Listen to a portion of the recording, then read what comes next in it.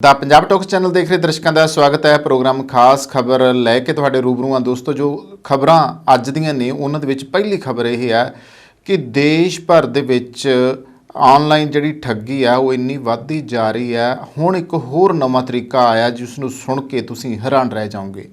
ਤੇ ਦੂਸਰੇ ਪਾਸੇ ਆ ਕਿ ਪੂਰੇ ਦੇਸ਼ ਭਰ ਦੇ ਵਿੱਚ ਜੋ ਸਥਿਤੀ ਬਣੀ ਹੋਈ ਆ ਅਪਰਾਧਾਂ ਦੀ, ਤਾਂ ਅਪਰਾਧਾਂ ਦਾ ਜਿਹੜਾ ਜਾਲ ਫੈਲਦਾ ਆ ਉਹ ਕਿਵੇਂ ਫੈਲ ਰਿਹਾ ਔਰ ਕਿੱਥੋਂ ਤੱਕ ਗੈਂਗਸਟਰ ਜਿਹੜੇ ਆ ਜੇਲ੍ਹਾਂ 'ਚ ਬੈਠੇ ਆ, ਚਾਹੇ ਉਹ ਵਿਦੇਸ਼ਾਂ 'ਚ ਬੈਠੇ ਆ, ਉਹ ਕੀ ਕਾਰਨਾਮੇ ਕਰ ਰਹੇ ਆ, ਉਹਨਾਂ ਦੇ ਉੱਤੇ ਹੀ ਗੱਲਬਾਤ ਹੋਏਗੀ। ਪਹਿਲੀ ਖਬਰ ਵੱਲ ਲਾਉਣੇ ਆ। ਆਨਲਾਈਨ ਠੱਗੀ ਦੇ ਅੱਗੇ ਵੀ ਅਸੀਂ ਚਰਚੇ ਕਰ ਚੁੱਕੇ ਹਾਂ, ਪਰ ਹੁਣ ਨਵਾਂ ਇੱਕ ਤਰੀਕਾ ਹੋਰ ਸਾਹਮਣੇ ਆਇਆ ਆ। ਜੇ ਉਸ ਦੇ ਬਾਰੇ ਅਸੀਂ ਸੁਚੇਤ ਨਾ ਹੋਏ, ਹੋ ਸਕਦਾ ਹੈ ਕਿ ਅਸੀਂ ਠੱਗੀ ਦਾ ਸ਼ਿਕਾਰ ਹੋ ਜਾਈਏ। ਅਸੀਂ ਚਰਚਾ ਕਰਦੇ ਹੁੰਦੇ ਇਸ ਪ੍ਰੋਗਰਾਮ ਦੇ ਵਿੱਚ ਇਸੇ ਕਰਕੇ, ਤਾਂ ਕਿ ਤੁਸੀਂ ਸਮਾਜ ਦੇ ਲੋਕ ਜਿਹੜੇ ਆ ਜਾਗਰੂਕ ਹੋ ਜਾਓ, ਤੁਸੀਂ ਲੋਕ ਬਚੋ ਇਹਨਾਂ ਚੀਜ਼ਾਂ ਤੋਂ। ਖਾਸ ਕਰਕੇ ਅੱਜ ਦਾ ਜਿਹੜਾ ਯੁੱਗ ਹੈ ਨਾ ਦੋਸਤੋ, ਉਹ ਇੰਨਾ ਕੁ ਜ਼ਿਆਦਾ ਤੇਜ਼ ਤਰਾਰੀ ਵਾਲਾ, ਤੇਜ਼ ਰਫ਼ਤਾਰੀ ਵਾਲਾ ਆ ਕਿ ਜੇ ਉਸ ਦੇ ਵਿੱਚ ਅਸੀਂ ਇਹਨਾਂ ਚੀਜ਼ਾਂ ਦੇ ਪ੍ਰਤੀ ਸੁਚੇਤ ਨਾ ਹੋਏ ਤਾਂ ਇਹ ਨਾ ਹੋਵੇ ਕਿ ਮੁੜ ਕੇ ਜਦੋਂ ਠੱਗੀ ਦਾ ਸ਼ਿਕਾਰ ਹੋ ਜਾਈਏ ਫਿਰ ਅਸੀਂ ਸੋਚੀਏ ਬਈ ਆਹ ਕੀ ਬਣਿਆ ਹੈ ਨਾ। ਇੱਦਾਂ ਹੀ ਹੁੰਦਾ ਕਿ ਜਦੋਂ ਅਸੀਂ ਲੁੱਟੇ ਜਾਂਦੇ ਹਾਂ ਫਿਰ ਅਸੀਂ ਮਤਲਬ ਹੋਸ਼ ਵਿੱਚ ਆਉਂਦੇ ਹਾਂ ਵੀ ਯਾਰ ਪਹਿਲਾਂ ਸੋਚਿਆ ਹੀ ਨਹੀਂ ਸੀ, ਇੱਦਾਂ ਵੀ ਹੋ ਸਕਦਾ ਆ।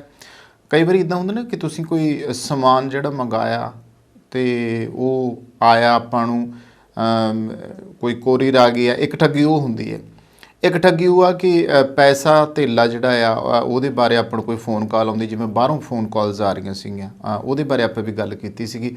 ਪਰ ਇੱਕ ਤਰੀਕਾ ਜਿਹੜਾ ਹੈ ਨਾ ਉਹ ਹੋਰ ਹੈ, ਫੋਨ ਕਾਲਸ ਤੋਂ ਹਟ ਕੇ ਹੈ, ਉਹ ਹੈਗਾ OTP ਵਾਲਾ।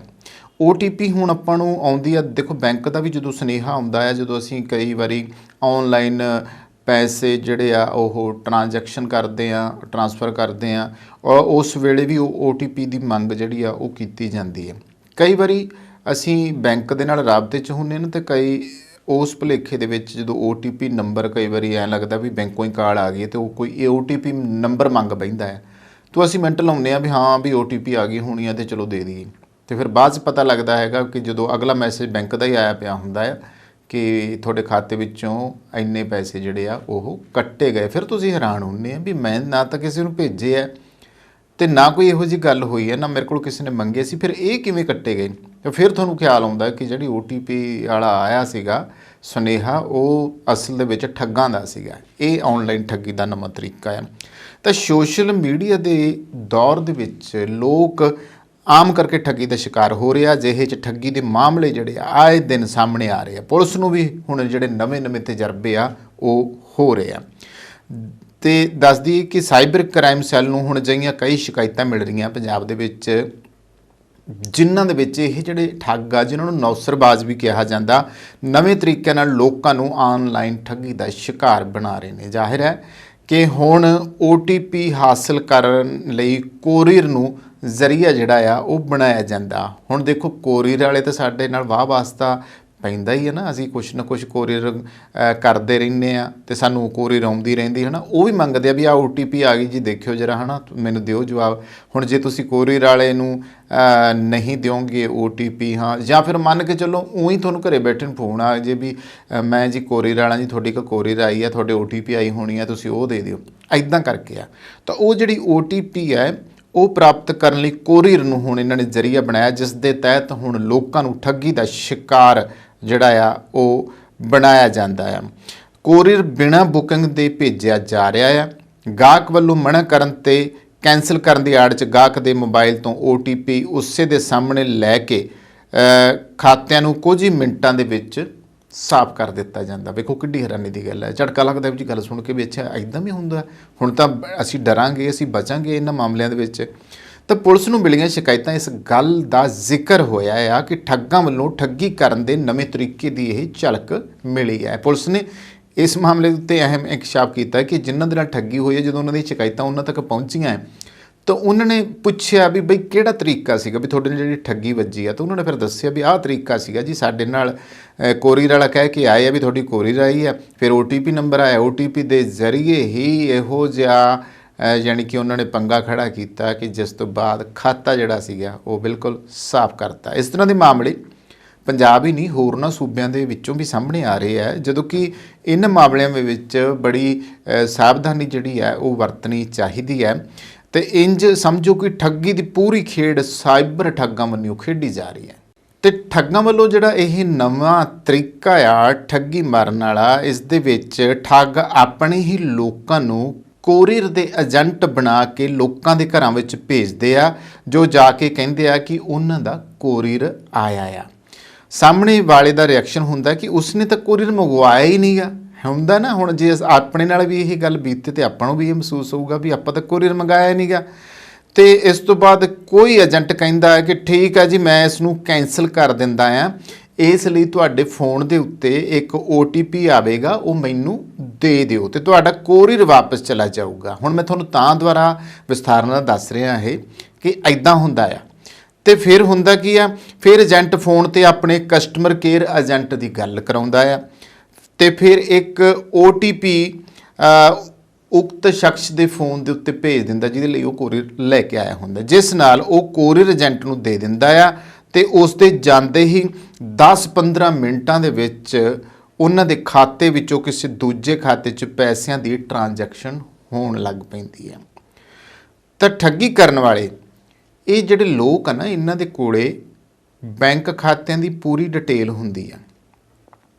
ਇਹਨਾਂ ਲੋਕਾਂ ਦੀ ਪੂਰੀ ਬੈਂਕ ਡਿਟੇਲ ਹੁੰਦੀ ਆ ਖਾਤਿਆਂ ਦੇ ਬਾਰੇ 'ਚ, ਜਿਨ੍ਹਾਂ ਦੇ ਉੱਤੇ ਇਹਨਾਂ ਨੇ ਨਿਸ਼ਾਨਾ ਸਾਧਨਾ ਹੁੰਦਾ ਆ। ਤੁਹਾਡਾ ਨਾਮ ਜਿਹੜਾ ਆ ਉਹ ਇਹ ਪਤਾ ਕਰ ਲੈਂਦੇ ਆ, ਤੁਹਾਡਾ ਮੋਬਾਈਲ ਨੰਬਰ ਜਿਹੜਾ ਆ ਉਹ ਪਤਾ ਕਰ ਲੈਂਦੇ ਆ, ਖਾਤੇ ਦਾ ਨੰਬਰ, ਘਰ ਦਾ ਨੰਬਰ, ਆਫਿਸ ਦਾ ਨੰਬਰ, ਸਭ ਕੁਝ ਇਹਨਾਂ ਦੇ ਕੋਲ ਹੁੰਦਾ ਆ।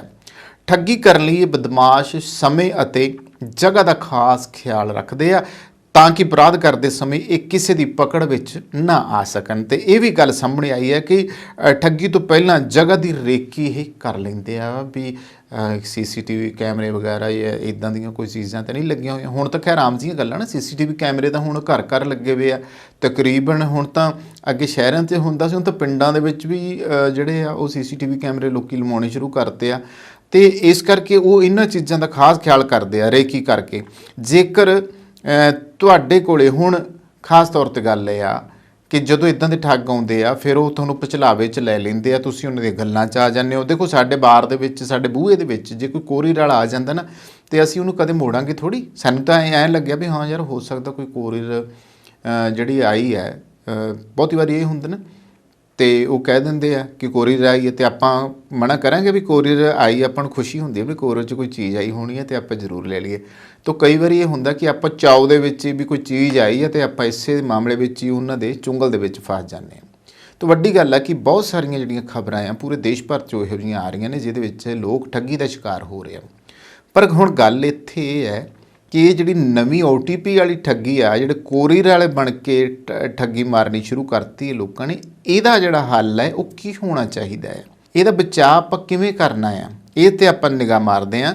ਜਿਹੜੇ ਵੀ ਦੋਸਤ ਇਹ ਪ੍ਰੋਗਰਾਮ ਸੁਣ ਰਹੇ ਆ, ਉਹ ਖਾਸ ਤੌਰ ਦੇ ਉੱਤੇ ਧਿਆਨ ਦੇਣ ਕਿ ਤੁਸੀਂ ਵੀ ਠੱਗੀ ਦਾ ਸ਼ਿਕਾਰ ਹੋ ਸਕਦੇ ਹੋ। ਜਿਹੜੀਆਂ ਬਚਾਅ ਵਾਸਤੇ ਗੱਲਾਂ ਨੇ, ਧਿਆਨ ਦੇਣ ਵਾਲੀਆਂ ਗੱਲਾਂ ਨੇ, ਉਹ ਇਹ ਹੈ ਕਿ ਜੇਕਰ ਤੁਹਾਡੇ ਕੋਲ ਕੋਈ ਸਮਾਨ ਲੈ ਕੇ ਆਉਂਦਾ ਆ, ਇਹ ਗੌਰ ਕਰਿਓ ਜੀ, ਜੇਕਰ ਕੋਈ ਸਮਾਨ ਲੈ ਕੇ ਆਉਂਦਾ ਤੇ ਕਹਿੰਦਾ ਹੈ ਕਿ ਤੁਸੀਂ ਬੁੱਕ ਕਰਵਾਇਆ ਆ, ਤਾਂ ਉਸ ਤੋਂ ਉਸ ਦੇ ਸਬੂਤ ਦੀ ਮੰਗ ਕਰੋ ਕਿ ਤੂੰ ਹੈ ਕੌਣ, ਹੈ ਕਿੱਥੋਂ ਆਇਆ, ਕਿਹੜੀ ਕੰਪਨੀ ਹੈ ਨਾ, ਇਹ ਸਾਰਾ ਕੁਝ ਪਤਾ ਕਰੋ। ਨਾਲ ਹੀ ਆਪਣੇ ਵੱਲੋਂ ਵੀ ਸਬੂਤ ਦਿਖਾ ਦਿਓ ਕਿ ਤੁਸੀਂ ਕੋਈ ਆਰਡਰ ਜਿਹੜਾ ਆ ਹੁਣ ਤੱਕ ਨਹੀਂ ਕੀਤਾ। ਜੇਕਰ ਤੁਹਾਡੇ ਘਰ ਕਿਸੇ ਨੇ ਗਲਤੀ ਨਾਲ ਆਰਡਰ ਵੀ ਕਰ ਦਿੱਤਾ ਤੇ ਤੁਸੀਂ ਉਸ ਸਮਾਨ ਨੂੰ ਨਹੀਂ ਰੱਖਣਾ ਚਾਹੁੰਦੇ, ਤਾਂ ਤੁਹਾਨੂੰ ਉਸ ਨੂੰ ਕੈਂਸਲ ਕਰਨ ਲਈ ਕੁਝ ਨਹੀਂ ਕਰਨਾ। ਜੇਕਰ ਉਸ ਪੈਕਟ ਨੂੰ ਤੁਸੀਂ ਰਿਸੀਵ ਨਹੀਂ ਕਰੋਗੇ ਤਾਂ ਉਹ ਖੁਦ ਹੀ ਵਾਪਸ ਚਲਾ ਜਾਵੇਗਾ ਅਤੇ ਕੈਂਸਲ ਹੋ ਜਾਊਗਾ। ਕੋਈ ਵੀ ਆਰਡਰ ਕੈਂਸਲ ਕਰਨ ਲਈ IOTP ਨਾ ਦੱਸੋ। ਗੱਲ ਚਾਹੇ ਆਰਡਰ ਕੈਂਸਲ ਦੀ ਹੋਵੇ ਜਾਂ ਕੋਈ ਹੋਰ, ਤੇ ਕਾਲ ਤੇ ਰਹਿੰਦੇ ਹੋਏ ਕੋਈ ਵੀ OTP ਨਾਲ ਜੁੜਿਆ ਮੈਸੇਜ ਆਵੇ ਤਾਂ ਉਸ ਨੂੰ ਧਿਆਨ ਨਾਲ ਪੜ੍ਹੋ। ਅਸਲ ਦੇ ਵਿੱਚ ਠੱਗ ਹਮੇਸ਼ਾ ਕਾਲ ਤੇ ਰਹਿੰਦੇ ਹੋਏ ਧਿਆਨ ਭਟਕਾ ਕੇ OTP ਦੀ ਮੰਗ ਕਰਦੇ ਆ। ਕੋਰੀਅਰ ਵਾਲੇ ਤਕਰੀਬਨ ਹੁੰਦੇ ਆ, ਫੋਨ ਲਾ ਲਿਆ ਹੈ ਨਾ, ਇੱਦਾਂ ਹੁੰਦਾ ਜੀ, ਫੋਨ ਲਾ ਲਿਆ ਨਾ, ਆਪਾਂ ਨੂੰ ਮਹਿਸੂਸ ਹੁੰਦਾ ਵੀ ਆਪਦੀ ਕੰਪਨੀ 'ਚ ਗੱਲ ਕਰ ਰਿਹਾ ਹੋਣਾ, ਇਹ OTP ਵਾਲਾ ਮਾਮਲਾ, ਤਾਂ ਉਸੇ ਵਿੱਚ ਹੀ ਅਸੀਂ ਭਰੋਸਾ ਕਰ ਲੈਂਦੇ ਹਾਂ। ਅਤੇ ਭਰੋਸਾ ਕੀਤਾ ਨਾ, ਤੇ ਭਰੋਸੇ ਦੇ ਵਿੱਚ ਬੰਦਾ ਠੱਗਿਆ ਜਾਂਦਾ ਹੈ। ਅਸਲ ਵਿੱਚ ਠੱਗ ਹਮੇਸ਼ਾ ਇਸੇ ਤਰ੍ਹਾਂ ਠੱਗੀ ਮਾਰਦੇ ਆ। ਤੇ ਤੁਸੀਂ ਫਿਰ ਅਸਲ ਵਿੱਚ ਠੱਗ ਹਮੇਸ਼ਾ ਕਾਲ ਤੇ ਰਹਿੰਦੇ ਹੋਏ ਧਿਆਨ ਭਟਕਾ ਕੇ OTP ਦੀ ਮੰਗ ਕਰਦੇ ਆ। ਹੁੰਦਾ ਨਾ ਵੀ ਸਾਡੇ ਕੋਲ ਆ ਕੇ ਉਹ ਕੰਨਾਂ ਨੂੰ ਮੋਬਾਈਲ ਲਾਈ ਖੜੇ ਹੁੰਦੇ ਆ ਅਤੇ ਅਸੀਂ ਫਿਰ ਪੂਰਾ ਯਕੀਨ ਕਰ ਲੈਂਦੇ ਹਾਂ ਵੀ ਜ਼ਾਹਿਰ ਹੈ ਯਾਰ ਜੇ ਇਹ ਇੱਦਾਂ ਕਰਕੇ ਕਾਲ ਕਰ ਰਿਹਾ ਤੇ ਇਹ ਅਸਲੀ ਸਹੀ ਬੰਦਾ ਹੋਊਗਾ ਨਾ। ਸਾਡਾ ਇਸ ਕੋਲੋਂ ਯਕੀਨ ਜਿਹੜਾ ਆ ਉਹ ਪੁਖਤਾ ਹੋ ਜਾਂਦਾ ਆ। ਅਤੇ ਫਿਰ ਹੁੰਦਾ ਕੀ ਆ ਕਿ ਉਹ OTP ਦੀ ਮੰਗ ਕਰਦਾ, ਤੁਸੀਂ ਫੌਰਨ OTP ਦੱਸ ਦਿੰਦੇ ਹੋ। ਅਤੇ ਜੇਕਰ ਕੋਈ ਜਿਹੀ ਕਾਲ ਆਵੇ ਜਿਸ ਦੇ ਵਿੱਚ ਸਾਹਮਣੇ ਵਾਲਾ ਖੁਦ ਨੂੰ ਪੁਲਿਸ ਅਧਿਕਾਰੀ ਦੱਸੇ ਤਾਂ ਪਹਿਲਾਂ ਉਸ ਨੰਬਰ ਨੂੰ ਵੈਰੀਫਾਈ ਕਰੋ। ਤੁਸੀਂ ਲੋਕਲ ਥਾਣੇ 'ਚ ਕਾਲ ਕਰਕੇ ਵੀ ਨੰਬਰ ਜਿਹੜੀ ਆ ਇਹ ਜਿਹੜਾ ਨੰਬਰ ਹੈ ਉਹ ਵੈਰੀਫਾਈ ਕਰ ਸਕਦੇ ਹੋ। ਅਤੇ ਹੁਣ ਪੁਲਿਸ ਜਿਹੜੀ ਆ ਉਹ ਵੀ ਅੱਜ ਕੱਲ੍ਹ ਦੀ ਚਿੱਤੀ 'ਚ ਪਈ ਹੋਈ ਹੈ। ਮਸਲਾ ਕੀ ਹੈ ਕਿ ਪੁਲਿਸ ਦੀ ਭੂਮਿਕਾ ਵੀ ਇਸ ਸਮੇਂ ਬੇਹੱਦ ਦੁਚਿੱਤੀ ਵਾਲੀ ਹੈ, ਕਿਉਂਕਿ ਪੰਜਾਬ ਸਰਕਾਰ ਵੱਲੋਂ ਆਧੁਨਿਕ ਸਾਜ਼ੋ ਸਮਾਨ ਦੇਣ ਦੇ ਬਾਵਜੂਦ ਪੁਲਿਸ ਜ਼ਿਆਦਾਤਰ ਮਾਮਲਿਆਂ 'ਚ ਅਜਿਹੇ ਨੌਸਰਬਾਜ਼ਾਂ ਨੂੰ ਟਰੈਕ ਨਹੀਂ ਕਰ ਪਾਉਂਦੀ। ਕਈ ਲੋਕ ਇਹਨਾਂ ਦੀ ਠੱਗੀ ਦਾ ਸ਼ਿਕਾਰ ਹੋ ਜਾਂਦੇ ਆ, ਜਦੋਂ ਕਿ ਪੁਲਿਸ ਨੂੰ ਸ਼ਿਕਾਇਤਾਂ ਮਿਲਣ ਦੇ ਬਾਵਜੂਦ ਇਸ ਗਰੋਹ ਦੇ ਕਿੰਗ ਪਿਨ ਨੂੰ ਹੱਥ ਨਹੀਂ ਪਿਆ ਹੈ। ਕਿਉਂਕਿ ਦੱਸਿਆ ਜਾਂਦਾ ਹੈ ਕਿ ਇਹ ਜਿਹੜਾ ਗਰੋਹ ਆ, ਜੇ ਪੰਜਾਬ ਦੇ ਵਿੱਚ ਗੱਲ ਕੀਤੀ ਜਾਵੇ ਤਾਂ ਲੁਧਿਆਣਾ ਜ਼ਿਲ੍ਹੇ ਵਿੱਚ ਤੇਜ਼ੀ ਨਾਲ ਸਰਗਰਮ ਹੁੰਦਾ ਜਾ ਰਿਹਾ ਹੈ। ਇਸ ਮਾਮਲੇ ਦੇ ਵਿੱਚ ACP ਜਿਹੜੇ ਨੇ ਲੁਧਿਆਣਾ, ਉਹਨਾਂ ਦੀ ਗੱਲਬਾਤ ਵੀ ਸਾਹਮਣੇ ਆਈ। ਉਹਨਾਂ ਨੇ ਦੱਸਿਆ ਕਿ ਇਸ ਮਾਮਲੇ ਵਿੱਚ ਹੁਣ ਤੱਕ ਜੋ ਤੱਥ ਸਾਹਮਣੇ ਆਏ ਹੈ ਉਹ ਉਹਨਾਂ 'ਤੇ ਸਾਈਬਰ ਸੈੱਲ ਦੀ ਨਜ਼ਰ ਹੈ ਅਤੇ ਜੋ ਸ਼ਿਕਾਇਤਾਂ ਸਾਹਮਣੇ ਆਈਆਂ ਨੇ ਉਹਨਾਂ ਦੀ ਤੇਜ਼ੀ ਨਾਲ ਜਿਹੜੀ ਜਾਂਚ ਆ ਉਹ ਜਾਰੀ ਹੈ। ਹੁਣ ਦੇਖਣਾ ਇਹ ਹੋਊਗਾ ਕਿ ਇਸ ਤੋਂ ਬਾਅਦ ਪੁਲਿਸ ਨੂੰ ਹੋਰ ਆਧੁਨਿਕ ਸਹੂਲਤਾਂ ਨਾਲ ਲੈਸ ਕਰਨ ਲਈ ਸਰਕਾਰ ਕੀ ਉਪਰਾਲੇ ਕਰਦੀ ਹੈ ਤਾਂ ਕਿ ਲੋਕਾਂ ਨੂੰ ਠੱਗੀ ਤੋਂ ਬਚਾਇਆ ਜਾ ਸਕੇ। ਹੁਣ ਆਉਂਦੇ ਹਾਂ ਜੀ ਅਗਲੀ ਖਬਰ ਵੱਲ। ਦੇਸ਼ ਭਰ ਦੇ ਵਿੱਚ ਦੋਸਤੋ ਜਿਹੜੇ ਅਪਰਾਧੀ ਆ, ਗੈਂਗਸਟਰ ਆ, ਉਹਨਾਂ ਦਾ ਇੱਕ ਵੱਡਾ ਨੈਟਵਰਕ ਚੱਲ ਰਿਹਾ। ਦੇਸ਼ ਦੇ ਵਿੱਚ ਹੀ ਨਹੀਂ, ਵਿਦੇਸ਼ਾਂ ਤੱਕ ਇਹ ਨੈਟਵਰਕ ਫੈਲਿਆ ਹੋਇਆ। ਬੜੀਆਂ ਹਰ ਰੋਜ਼ ਖਬਰਾਂ ਇਸ ਤਰ੍ਹਾਂ ਦੀਆਂ ਆਉਂਦੀਆਂ ਆ। ਕਈ ਵਾਰੀ ਕੋਈ ਗੈਂਗਸਟਰ ਜੇਲ੍ਹਾਂ ਦੇ ਵਿੱਚ ਬੈਠਾ ਆ, ਜੇਲ੍ਹਾਂ ਤੋਂ ਉਹ ਸਾਰੀਆਂ ਗਤੀਵਿਧੀਆਂ ਚਲਾ ਰਿਹਾ। ਉਦੋਂ ਸੁਣ ਕੇ ਹੈਰਾਨੀ ਹੁੰਦੀ ਆ ਕਿ ਆਖਰ ਕੌਣ ਲੋਕ ਆ ਜਿਹੜੇ ਜੇਲ੍ਹਾਂ ਵਿੱਚ ਬੈਠ ਕੇ ਇਸ ਤਰੀਕੇ ਦੇ ਕਾਰਨਾਮਿਆਂ ਨੂੰ ਅੰਜਾਮ ਦੇ ਰਹੇ ਆ। ਫਿਰ ਪਤਾ ਲੱਗਦਾ ਹੈ ਕਿ ਫਲਾਨਾ ਗੈਂਗਸਟਰ ਕੋਈ ਜੀ ਕੈਨੇਡਾ ਬੈਠਾ ਜੀ, ਕੋਈ ਅਮਰੀਕਾ ਬੈਠਾ ਜੀ, ਕੋਈ ਆਸਟ੍ਰੇਲੀਆ ਬੈਠਾ ਜੀ। ਉਹ ਉੱਥੇ ਬੈਠੇ ਜਿਹੜੇ ਆ ਬਹੁਤ ਸਾਰੀਆਂ ਗਤੀਵਿਧੀਆਂ ਕਰਦੇ ਆ। ਔਰ ਬਹੁਤੀਆਂ ਖਬਰਾਂ ਦੇ ਵਿੱਚ ਇਹ ਦੇਖਿਆ ਗਿਆ ਹੈ ਕਿ ਬਹੁਤੇ ਜਿਹੜੇ ਗੈਂਗਸਟਰ ਆ ਜਿਨ੍ਹਾਂ ਦੀ ਆਮ ਚਰਚਾ ਰਹਿੰਦੀ ਆ, ਉਹਨਾਂ 'ਚੋਂ ਕੈਨੇਡਾ ਵਰਗਾ ਜਿਹੜਾ ਮੁਲਕ ਆ ਜਿੱਥੇ ਉਹ ਇੰਨੇ ਕੁ ਸੁਰੱਖਿਅਤ ਤਰੀਕੇ ਨਾਲ ਬੈਠੇ ਆ ਕਿ ਉਹਨਾਂ ਨੂੰ ਭੁੱਲ ਜਾਂਦਾ ਆ ਕਿ ਕੋਈ ਇਸ ਤਰੀਕੇ ਦਾ ਕੰਮ ਵੀ ਹੋ ਸਕਦਾ ਹੈ ਕਿ ਜਿਵੇਂ ਬਹੁਤ ਸਾਰੇ ਕੇਸਾਂ ਦੇ ਵਿੱਚ ਇੰਟਰਪੋਲ ਦੀ ਸਹਾਇਤਾ ਨਾਲ ਇਹੋ ਜਿਹੇ ਅਪਰਾਧੀਆਂ ਨੂੰ ਫੜ ਕੇ ਫਿਰ ਉਹਨਾਂ ਦੇ ਮੁਲਕ ਦੇ ਵਿੱਚ ਲਿਆਂਦਾ ਜਾਂਦਾ। ਉਹ ਭੁੱਲ ਜਾਂਦੇ ਇਸ ਗੱਲ ਨੂੰ। ਪਰ ਇਹ ਜਿਹੜੇ ਅਪਰਾਧ ਵੱਧ ਰਹੇ ਆ, ਇਹ ਕਿਉਂ ਵੱਧ ਰਹੇ ਹੈਗਾ, ਇਹਦੇ ਪਿੱਛੇ ਹਜੇ ਤੱਕ ਪੂਰੀ ਜਿਹੜੀ ਪੜਚੋਲ ਆ ਉਹ ਚੱਲਦੀ ਆ ਵੀ ਆਖਰ ਜੇਲ੍ਹਾਂ 'ਚ ਕੌਣ ਕੰਮ ਕਰੀ ਜਾਂਦਾ ਇਹ ਬੈਠਾ ਅਤੇ ਉਹ ਗਤੀਵਿਧੀਆਂ ਇਹੋ ਜਿਹੀਆਂ ਕਰ ਰਿਹਾ, ਕਿਸੇ ਨੂੰ ਮਰਵਾ ਰਿਹਾ, ਕਿਸੇ ਨੂੰ ਫਰੌਤੀਆਂ ਦੇ ਲਈ ਧਮਕੀਆਂ ਦੇ ਰਿਹਾ, ਕਿਸੇ ਦੇ ਨਾਲ ਲੁੱਟ ਖੋਹ ਦੀਆਂ ਵਾਰਦਾਤਾਂ ਕਰਵਾ ਰਿਹਾ ਹੈਗਾ। ਤਾਂ ਕੁਛ ਨਾ ਕੁਛ ਇਹੋ ਜਿਹੀਆਂ ਗਤੀਵਿਧੀਆਂ ਜਿਹੜੀਆਂ ਨਾ ਹਰ ਰੋਜ਼ ਹੀ ਦੇਖਣ ਨੂੰ ਸਾਹਮਣੇ ਆਉਂਦੀਆਂ। ਇੱਥੇ ਚਰਚਾ ਕਰ ਲੈਂਦੇ ਹਾਂ ਕੈਨੇਡਾ ਤੋਂ ਅਮਰੀਕਾ ਭੱਜੇ ਗੋਲਡੀ ਬਰਾੜ ਨੂੰ ਅਮਰੀਕਾ ਪੁਲਿਸ ਵੱਲੋਂ ਫੜੇ ਜਾਣ ਦੀ ਖਬਰ ਨਾਲ ਕੇਂਦਰ ਅਤੇ ਜਿਹੜਾ ਸਾਡੀ ਪੰਜਾਬ ਸਰਕਾਰ ਆ ਉਸ ਨੂੰ ਵੱਡੀ ਰਾਹਤ ਮਿਲੀ ਹੈ। ਅਤੇ ਉਂਝ ਕੁਝ ਹੋਰ ਖਬਰਾਂ ਅਨੁਸਾਰ ਅਮਰੀਕਾ ਪੁਲਿਸ ਨੇ ਅਜੇ ਉਹਨਾਂ ਨੂੰ ਆਪਣੀ ਨਜ਼ਰਸਾਨੀ ਹੇਠ ਹੀ ਰੱਖਿਆ ਹੋਇਆ। ਮਰਹੂਮ ਗਾਇਕ ਸਿੱਧੂ ਮੂਸੇਵਾਲਾ ਨੂੰ 29 ਮਈ ਨੂੰ ਦਿਨ ਦਿਹਾੜੇ ਗੋਲੀਆਂ ਮਾਰ ਕੇ ਉਹਨਾਂ ਦਾ ਕਤਲ ਕਰ ਦਿੱਤਾ ਗਿਆ ਸੀ, ਜਿਸ ਦੀ ਰਾਸ਼ਟਰੀ ਤੇ ਅੰਤਰਰਾਸ਼ਟਰੀ ਪੱਧਰ ਦੇ ਉੱਤੇ ਇਹ ਇੱਕ ਅਜਿਹਾ ਕਤਲ ਹੈ ਜਿਸ ਦੀ ਹਜੇ ਤੱਕ ਚਰਚਾ ਛਿੜੀ ਹੋਈ ਹੈ। ਇਸ ਸੰਬੰਧੀ ਬੇਹੱਦ ਚਰਚਿਤ ਲਾਰੈਂਸ ਬਿਸ਼ਨੋਈ ਦੇ ਗਰੁੱਪ ਨੂੰ ਦੋਸ਼ੀ ਠਹਿਰਾਇਆ ਗਿਆ। ਲਾਰੈਂਸ ਬਿਸ਼ਨੋਈ ਚਾਹੇ ਉਸ ਸਮੇਂ ਜੇਲ੍ਹ ਵਿੱਚ ਬੰਦ ਸੀ, ਪਰ ਕੈਨੇਡਾ ਵਿੱਚ ਉਸ ਦੇ ਸਾਥੀ ਸਤਿੰਦਰਜੀਤ ਸਿੰਘ ਉਰਫ ਗੋਲਡੀ ਬਰਾੜ ਇਸ ਦੀ ਹੱਤਿਆ ਲਈ ਉਸਨੇ ਜ਼ਿੰਮੇਵਾਰੀ ਲਈ ਸੀ। ਗੋਲਡੀ ਬਰਾੜ ਨੇ, ਤੇ ਗੋਲਡੀ ਲਾਰੈਂਸ ਬਿਸ਼ਨੋਈ ਦਾ ਨੇੜਲਾ ਸਾਥੀ ਰਿਹਾ ਹੈ। ਉਸ ਤੋਂ ਪਹਿਲਾਂ ਵੀ ਉਸ 'ਤੇ ਅਨੇਕਾਂ ਕੇਸ ਦਰਜ ਆ। ਹੁਣ ਅਸੀਂ ਇੱਥੇ ਦੇਖਦੇ ਹਾਂ ਕਿ ਬਹੁਤ ਸਾਰੀਆਂ ਘਟਨਾਵਾਂ ਪੰਜਾਬ ਦੇ ਵਿੱਚ ਹੋਈਆਂ ਹੈ। ਉਦੋਂ ਹੀ ਅਸੀਂ ਦੇਖਦੇ ਹਾਂ ਕਿ ਫਟਾਫਟ ਸੋਸ਼ਲ ਮੀਡੀਆ ਦੇ ਉੱਤੇ ਇੱਕ ਲਿਖਤੀ ਜਿਹੜਾ ਨੋਟ ਆ ਜਾਂਦਾ ਆ ਜਿਹਦੇ ਵਿੱਚ ਇਹ ਗੱਲ ਕੀਤੀ ਹੁੰਦੀ ਹੈ ਕਿ ਜੀ ਅਸੀਂ ਜ਼ਿੰਮੇਵਾਰੀ ਲੈਂਦੇ ਹਾਂ, ਅਸੀਂ ਇਹ ਕਾਂਡ ਕਰਵਾਇਆ, ਅਸੀਂ ਇਹ ਕਤਲ ਕਰਵਾਇਆ, ਅਸੀਂ ਇਸ ਨੂੰ ਮਰਵਾਇਆ। ਯਾਨੀ ਇਹ ਕਿਸ ਤਰੀਕੇ ਦੀਆਂ ਗਤੀਵਿਧੀਆਂ ਆ ਉਹ ਉੱਥੇ ਬੈਠੇ ਆ। ਇੱਥੇ ਕੌਣ ਲੋਕ ਆ ਜਿਹੜੇ ਉਹਨਾਂ ਦੇ ਸੰਪਰਕ ਵਿੱਚ ਆ, मतलब ਉੱਥੋਂ ਤੋਂ ਲੈ ਕੇ ਇੱਥੋਂ ਤੱਕ। ਤੇ ਫਿਰ ਜੇਲ੍ਹਾਂ 'ਚ ਕੌਣ ਬੈਠਾ ਆ? ਜਿੱਥੇ ਤੱਕ ਜੇਲ੍ਹ ਜਿਹੜੀ ਅੱਤ ਸੁਰੱਖਿਅਤ ਮੰਨੀ ਜਾਂਦੀ, ਉੱਥੇ ਕਿਵੇਂ ਇਹ ਗੱਲ ਪਹੁੰਚ ਜਾਂਦੀ ਆ ਕਿ ਅਸੀਂ ਫਲਾਣੇ ਨੂੰ ਜਿਹੜਾ ਹੈਗਾ ਆ ਉਹ ਖ਼ਤਮ ਕਰਾਉਣਾ ਆ, ਫਲਾਣੇ ਨੂੰ ਭਾੜੇ ਦੇ ਉੱਤੇ ਖਰੀਦ ਕੇ ਉਹਦੇ ਕੋਲੋਂ ਆਹ ਕਾਰਨਾਮੇ ਨੂੰ ਅੰਜਾਮ ਦਿਵਾਉਣਾ ਆ। ਇਸ ਤਰੀਕੇ ਇੱਕ ਵੱਡਾ ਜਿਹੜਾ ਨੈਟਵਰਕ ਆ, ਇੱਕ ਜਿਹੜਾ ਵੱਡਾ ਜਾਲ ਅਪਰਾਧਾਂ ਦਾ, ਉਹ ਦੇਸ਼ ਭਰ ਦੇ ਵਿੱਚ ਫੈਲਿਆ ਹੋਇਆ ਔਰ ਦੇਸ਼ ਤੋਂ ਵਿਦੇਸ਼ਾਂ ਤੱਕ ਇਹਦੀਆਂ ਜਿਹੜੀਆਂ ਜੜ੍ਹਾਂ ਆ ਉਹ ਫੈਲੀਆਂ ਹੋਈਆਂ।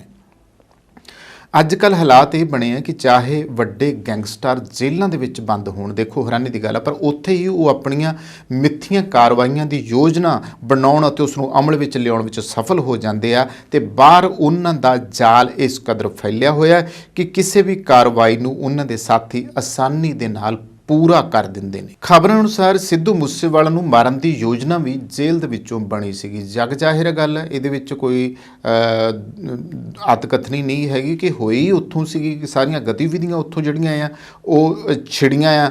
ਤੇ ਇਸ ਤੋਂ ਅੰਦਾਜ਼ਾ ਆਸਾਨੀ ਨਾਲ ਲਗਾਇਆ ਜਾ ਸਕਦਾ ਹੈ ਕਿ ਗੈਂਗਸਟਰਾਂ ਦਾ ਨੈਟਵਰਕ ਕਿਸ ਹੱਦ ਤੱਕ ਫੈਲਿਆ ਹੋਇਆ।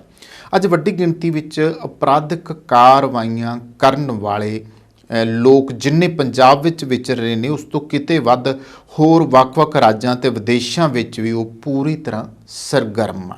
ਔਰ ਕਰ ਕੀ ਰਹੇ ਆ? ਧਮਕੀਆਂ ਆ, ਕਤਲ ਅਤੇ ਜਬਰੀ ਵਸੂਲੀ ਦੀਆਂ ਗੱਲਾਂ ਆਮ ਜਿਹੀਆਂ ਜਿਹੜੀਆਂ ਆ ਉਹ ਜਾਪਣ ਲੱਗੀਆਂ ਆ, ਆਮ ਹੀ ਹੋਣ ਲੱਗ ਪਈਆਂ। ਪਹਿਲਾਂ ਤਾਂ ਅਮੀਰਾਂ ਤੇ ਗਾਇਕਾਂ ਨੂੰ ਨਿਸ਼ਾਨਾ ਬਣਾਇਆ ਜਾਂਦਾ ਸੀ, ਤੇ ਹੁਣ ਤਾਂ ਵੱਡੇ ਸ਼ਹਿਰਾਂ ਵਿੱਚ ਚੰਗੇ ਕੰਮਕਾਰ ਵਾਲੇ ਲੋਕਾਂ ਨੂੰ ਵੀ ਨਿੱਤ ਦਿਨ ਧਮਕੀਆਂ ਮਿਲਦੀਆਂ ਨੇ। ਤੇ ਇਕੱਲੇ ਕੈਨੇਡਾ ਵਿੱਚ ਵੀ ਅੱਜ ਦਰਜਨਾਂ ਖਤਰਨਾਕ ਅਜਿਹੇ ਅਪਰਾਧੀ ਵਿਚਰ ਰਹੇ ਨੇ। ਉਹ ਆਸਾਨੀ ਨਾਲ ਇੰਟਰਨੈੱਟ ਮੀਡੀਆ ਦੀ ਵਰਤੋਂ ਕਰਦੇ ਹੋਏ ਆਪਣਾ ਨਿਸ਼ਾਨਾ ਪੂਰਾ ਕਰ ਲੈਂਦੇ ਨੇ। ਇਹ ਤਾਂ ਮੈਂ ਇੱਕ ਗੱਲ ਕਹਿਣੀ ਚਾਹੂੰਗਾ, ਭਾਵੇਂ ਉਹ ਭਾਰਤੀ ਹੈ, ਚਾਹੇ ਉਹ ਪੰਜਾਬ ਤੋਂ ਗਏ ਆ, ਹੈਰਾਨੀ ਇਸ ਗੱਲ ਦੀ ਹੈ ਕਿ ਮੁਲਕ ਤੁਹਾਡਾ ਆ, ਸਟੇਟ ਤੁਹਾਡੀ ਹੈ, ਤੁਸੀਂ ਇੱਥੋਂ ਜਾ ਕੇ ਕਿਉਂ ਇਹੋ ਜਿਹੇ ਕੰਮਾਂ ਦੇ ਵਿੱਚ ਪੈ ਗਏ ਹੋ ਕਿ ਤੁਸੀਂ ਆਪਣੇ ਲੋਕਾਂ ਨੂੰ ਹੀ ਮਰਵਾਈ ਜਾ ਰਹੇ ਆ? ਆਪਣੇ ਹੀ ਦੇਸ਼ ਦੀ, ਆਪਣੇ ਹੀ ਸੂਬੇ ਦੀ ਜਿਹੜੀ ਸ਼ਾਂਤੀ ਆ ਤੁਸੀਂ ਭੰਗ ਕਰੀ ਜਾਂਦੇ ਹੋ।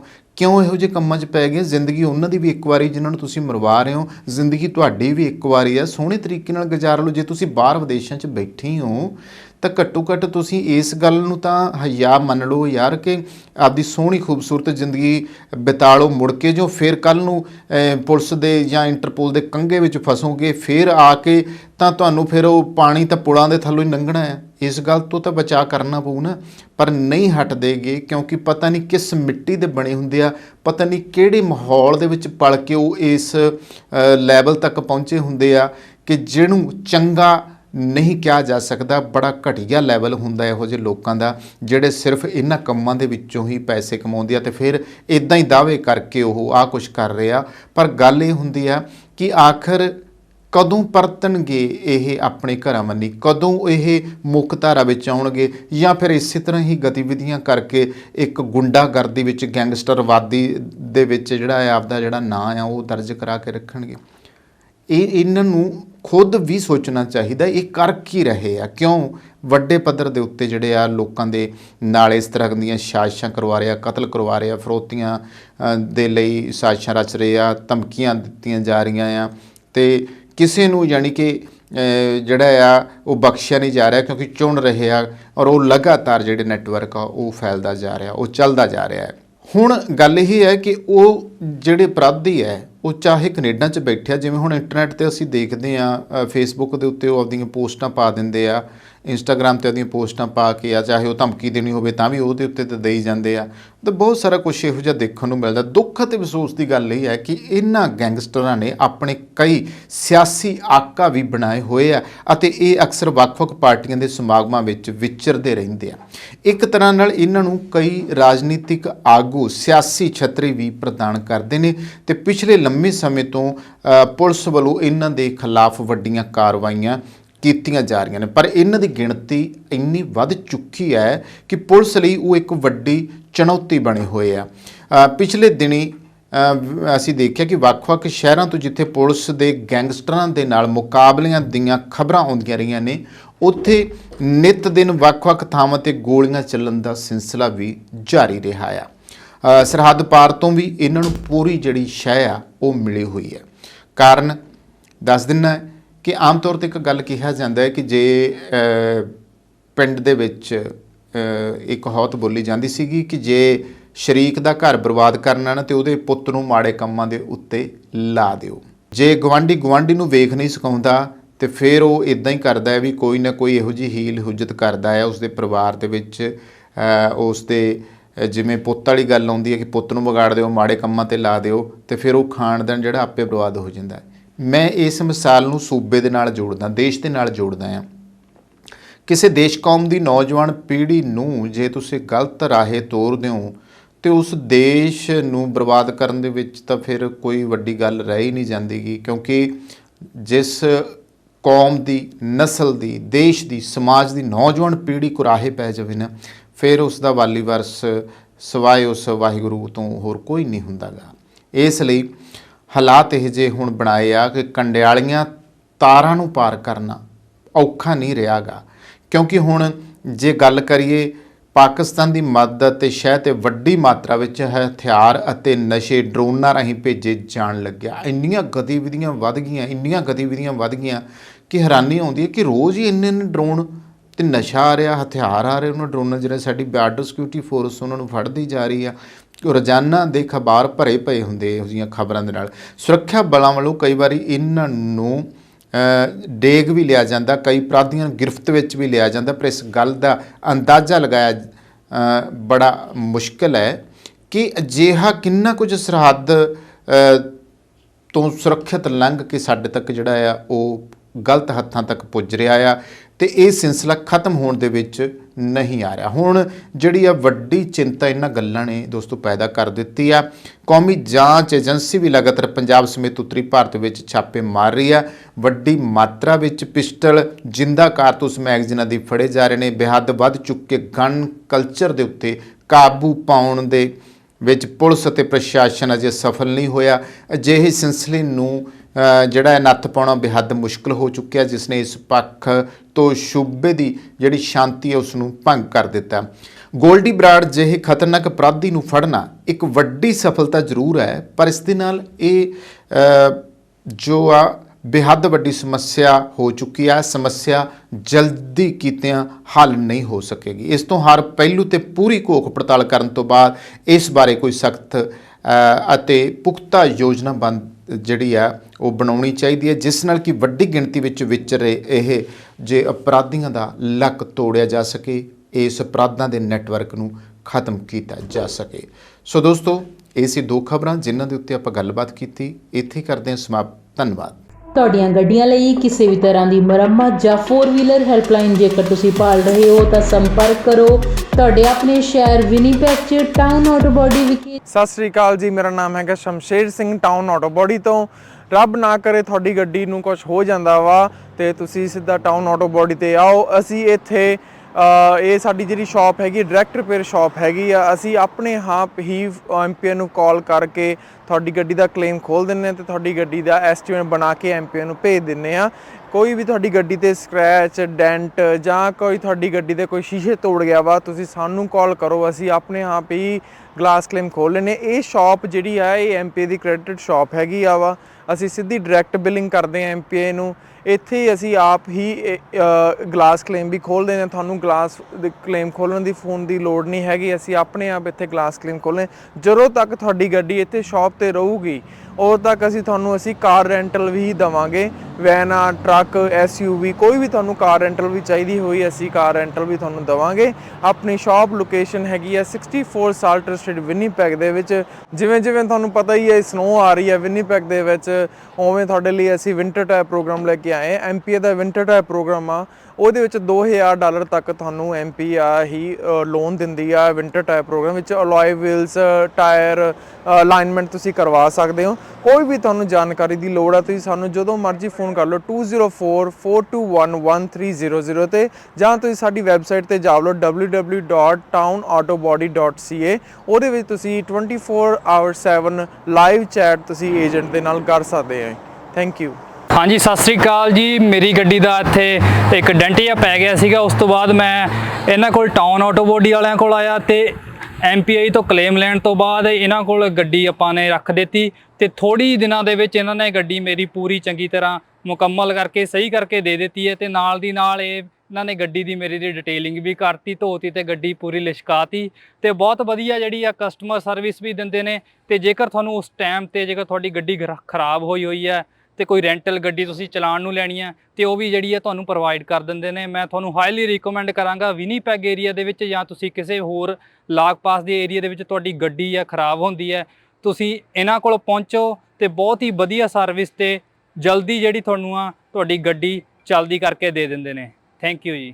ਸਰਵਿਸ ਦਾ ਲਾਭ ਉਠਾਉਣ ਲਈ ਹੁਣੇ ਕੰਟੈਕਟ ਕਰੋ town auto body 64 Salter street, Winnipeg MB, Canada, Manitoba. ਸਾਡਾ ਕੰਟੈਕਟ ਨੰਬਰ ਹੈ +1204 421 1300।